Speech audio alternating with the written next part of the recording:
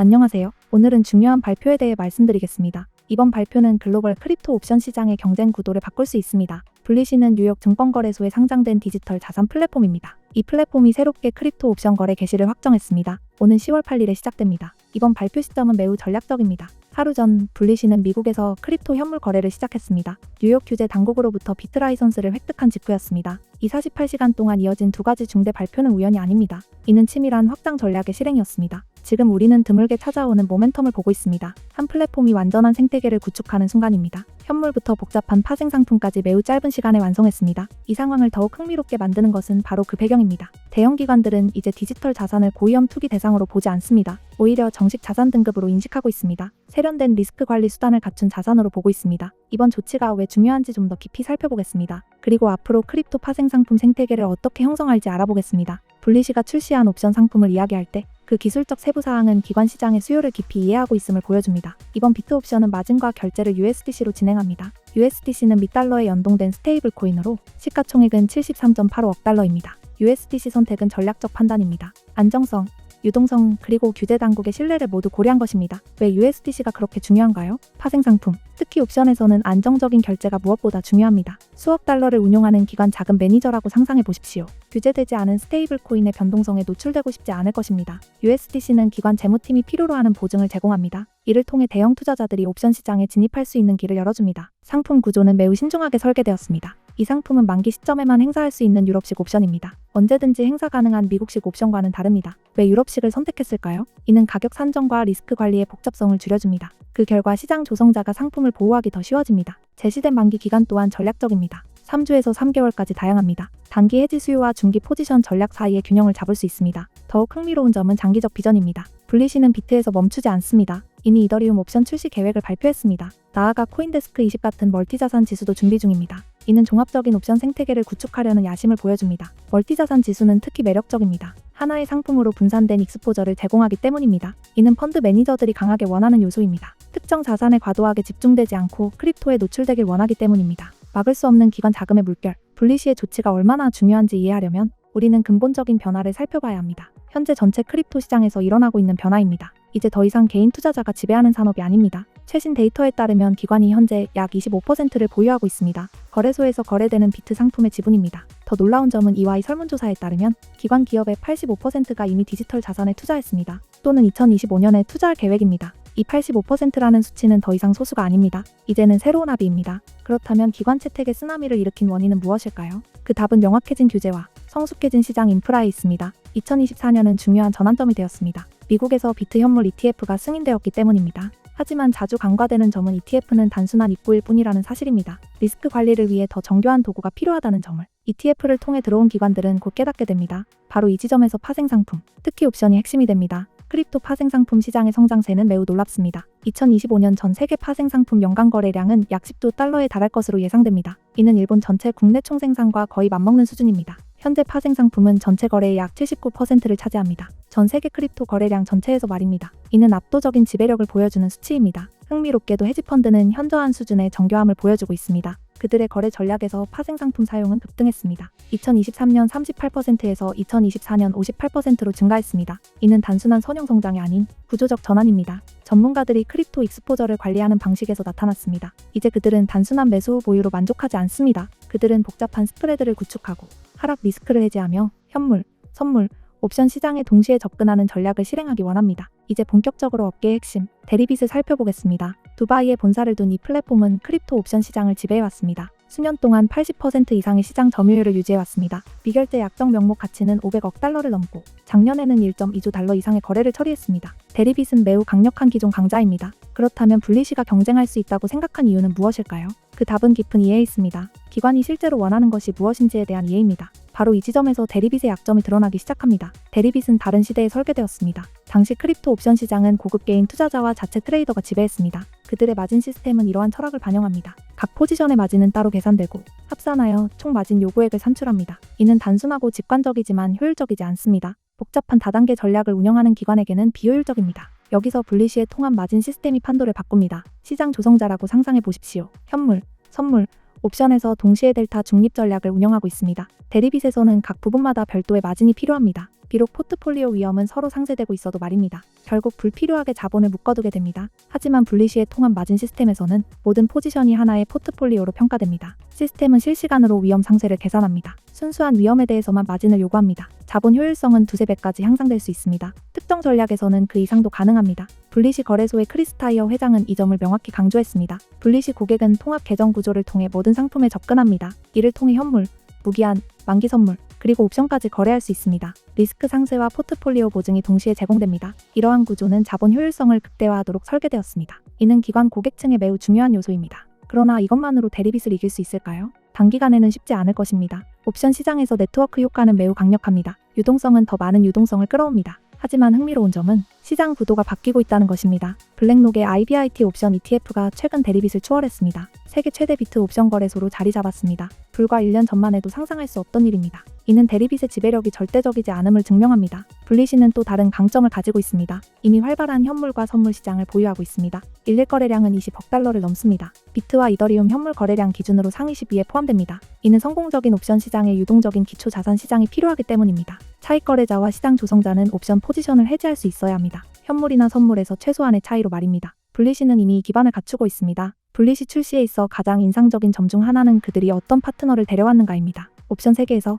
특히 신상품이 출시되는 초기에는 유동성이 전부입니다. 스프레드가 넓고 주문 장부가 빈약한 시장에서는 누구도 거래를 원하지 않습니다. 분리시는 이를 인식하고 탁월한 전략을 실행했습니다. 최상위 시장 조성자와 트레이더들의 컨소시엄을 구축했습니다. 첫날부터 유동성을 제공하기 위함입니다. 파트너 명단은 기관 크립토 업계의 거물 명단과 같습니다. 갤럭시 디지털, 플로우 트레이더스, 윈터매트, 컴벌랜드, 팔코넥스 등 수많은 대형 업체가 참여했습니다. 이는 작은 스타트업이나 지역 업체가 아닙니다. 수십억 달러를 운용하는 기업들입니다. 전 세계 크립토 시장 유동성의 상당 부분을 책임지고 있습니다. 그들의 참여는 즉각적인 신뢰성을 부여합니다. 더 중요한 것은 즉각적인 유동성입니다. 예를 들어 갤럭시 디지털은 크립토에서 가장 큰 기관 플레이어 중 하나입니다. 수십억 달러 규모의 대차대조표를 가지고 있으며 24시간 7일 운영되는 거래 데스크를 갖추고 있습니다. 그들의 글로벌 트레이딩 책임자인 제이슨 어반은 공개적으로 밝혔습니다. 갤럭시는 분리시의 다음 여정을 기쁘게 지원한다고 했습니다. 제품군에 옵션을 추가한 것은 강력한 전진입니다. 유동성을 높이고 가격 발견을 심화시키며 전체 크립토 파생 상품 시장의 성숙도를 강화했습니다.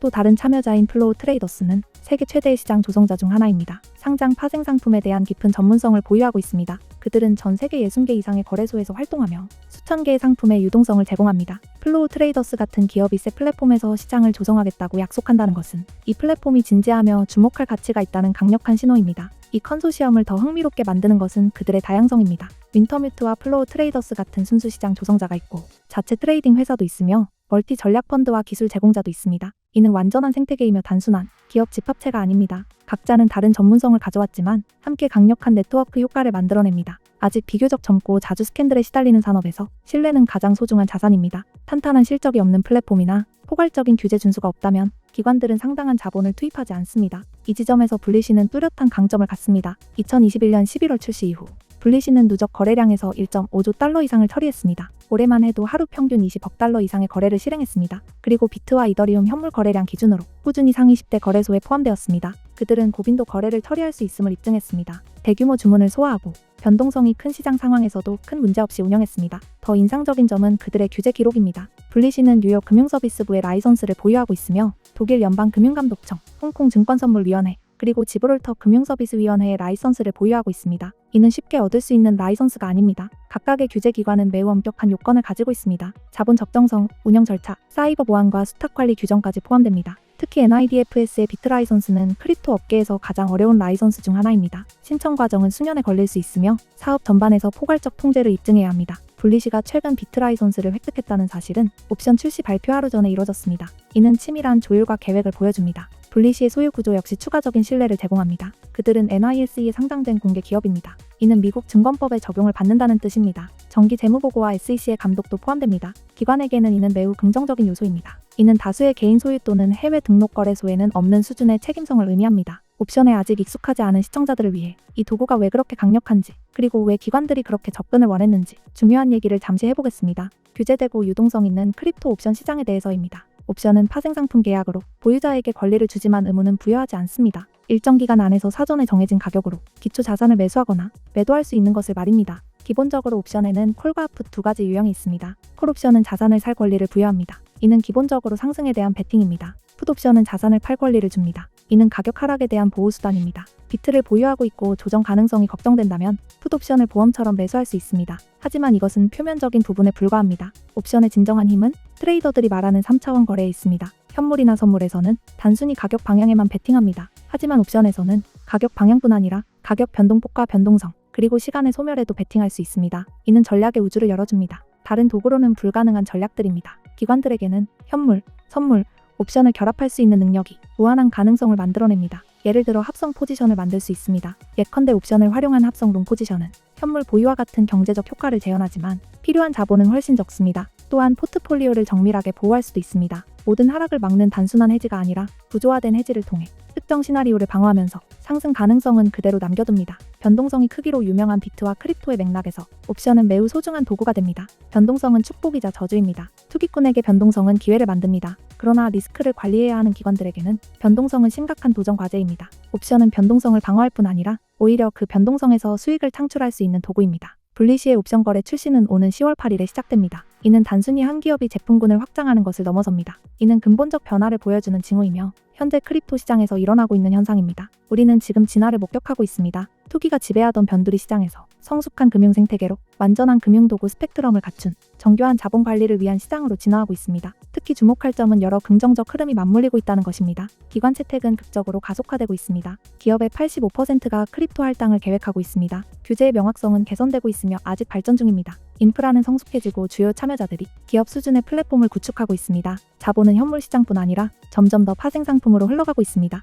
레버리지와 해지를 가능하게 하기 때문입니다. 블리시는 이 흐름을 활용하기 위해 현명하게 자리매김했습니다. 기관 투자자들에게 통합 마진 시스템은 기관 트레이더들의 실질적 문제를 해결합니다. 주요 관할지의 규제 준수는 전통 금융 참여자에게 필요한 안심을 제공합니다. 강력한 유동성 공급자 컨소시엄은 신상품 출시에 가장 큰 위험을 줄여줍니다. 잘 실행된다면 급성장하는 시장에서 의미 있는 시장 점유율 확보로 이어질 수 있습니다. 물론 도전 과제는 여전히 존재합니다. 대리빗은 이미 큰 선점 우위를 차지하고 있습니다. 정교한 파생 상품 플랫폼을 구축하고 운영하는 것은 결코 쉬운 일이 아닙니다. 경쟁 구도는 더욱 치열해질 것입니다. 더 많은 참가자들이 이 시장에 진입하기 때문입니다. 성공은 결코 보장되지 않습니다. 그러나 블리시의 구체적 성과와 관계없이 더 큰 흐름은 분명합니다. 크립토 파생 상품 시장은 새로운 단계로 접어들고 있습니다. 성숙과 기관 채택의 단계입니다. 우리는 흥미로운 순간에 서 있습니다. 금융혁신이 규제 명확성과 만나고 기관 자본과 결합되는 시기입니다. 영상을 마치기 전에 최근 며칠 동안 저는 비트의 움직임을 계속 주시해왔습니다. 지금 우리는 매우 중요한 순간에 서 있다고 말씀드려야겠습니다. 무언가가 무대 뒤에서 일어나고 있으며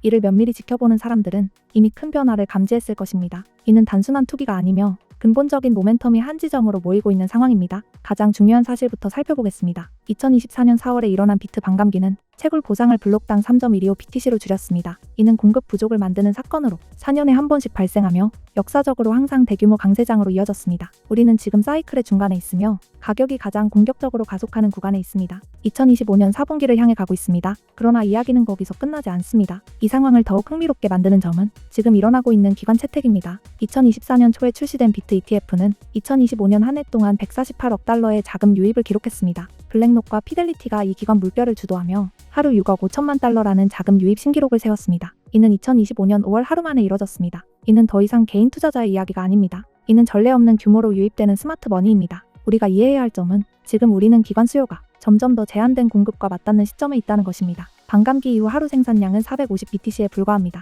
반면 ETF 자금 유입만으로도 그 이상을 흡수할 수 있습니다. 마이클 세일러와 그의 마이크로 스트래티지 회사는 전체 비트 공급의 2.75% 이상을 축적했으며 매달 꾸준히 매수하고 있습니다. 블랙록이 비트를 보유하지 않는 것이 더 위험할 수 있다고 밝힌 순간 이는 관점의 거대한 변화를 보여주는 신호입니다. 역사적 사이클 측면에서 데이터는 매우 뚜렷한 패턴을 보여줍니다. 2013년, 2017년, 2021년 반감기 이후 비트 가격은 정점을 기록했습니다. 반감기 후 약 12에서 18개월 만의 말입니다. 우리는 지금 정확히 그 시점에 와 있습니다. 2025년 4분기가 특별한 이유는 여러 요인이 동시에 겹치고 있기 때문입니다. 역사적 계절 패턴은 4분기를 2020년과 2023년에 가장 강한 시기로 65에서 80% 상승을 보여주었습니다. 여기에 반감기 중반 모멘텀이 더해지고 기관들이 ETF를 통해 계속 매수하고 있습니다. 블록체인 데이터 관찰에 따르면 대규모 보유자들의 축적이 뚜렷하게 보입니다. 거래소대 공급량은 계속 줄어들고 있으며 투자자들이 비트를 콜드 스토리지로 이동시키기 때문입니다. 장기 보유를 위해서입니다. ETF 거래량은 크게 증가했지만 가격은 여전히 비교적 통제된 구간에 머물고 있습니다. 사이클 정점의 잠재력과 비교했을 때 말입니다.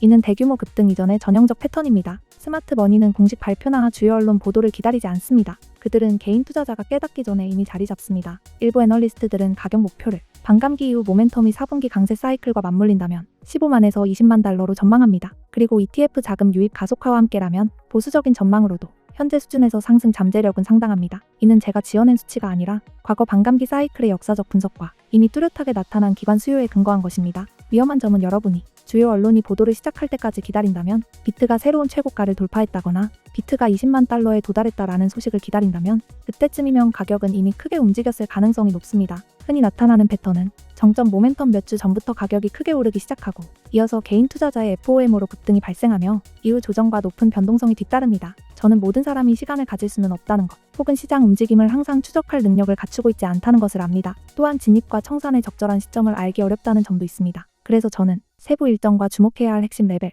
그리고 명확한 리스크 관리 전략을 포함인 심층 분석을 준비했습니다. 반감기 사이클과 계절적 패턴을 기반으로 했습니다. 하지만 이 정보는 공유할 수 있는 방법이 제한됩니다. 내용이 매우 구체적이기 때문에 개인적인 소통을 통해서만 가능합니다. 방법은 아주 간단합니다. 010-558-9639로 비트라고 보내시면 됩니다. 문자 보내시는 분에게는 전체 로드맵에 접근할 수 있는 주목해야 할 주요 마일스톤과 진입과 청산 전략도 현재 시장 상황과 반감기 이후 사이클에 맞게 조정된 전략을 받게 됩니다. 크립토 투자에서는 반드시 기억해야 합니다. 적절한 타이밍은 매우 중요한 역할을 합니다. 올바른 정보를 올바른 시점에 갖는 것은 만족스러운 결과와 놓쳐버린 기회를 가르는 요소입니다. 반감기 이후 공급 부족, 기관 ETF 자금 유입, 4분기 계절적 강세, 그리고 시장 상승 모멘텀이 4년에 한 번만 나타나는 상황입니다. 이 기회를 꼭 잡으시는 분만이 후회하지 않을 겁니다. 어디서도 들을 수 없는 내용이 도움되셨다면 구독, 좋아요도 꼭 눌러주세요. 영상을 시청해주셔서 감사합니다. 다음 콘텐츠에서 다시 뵙겠습니다.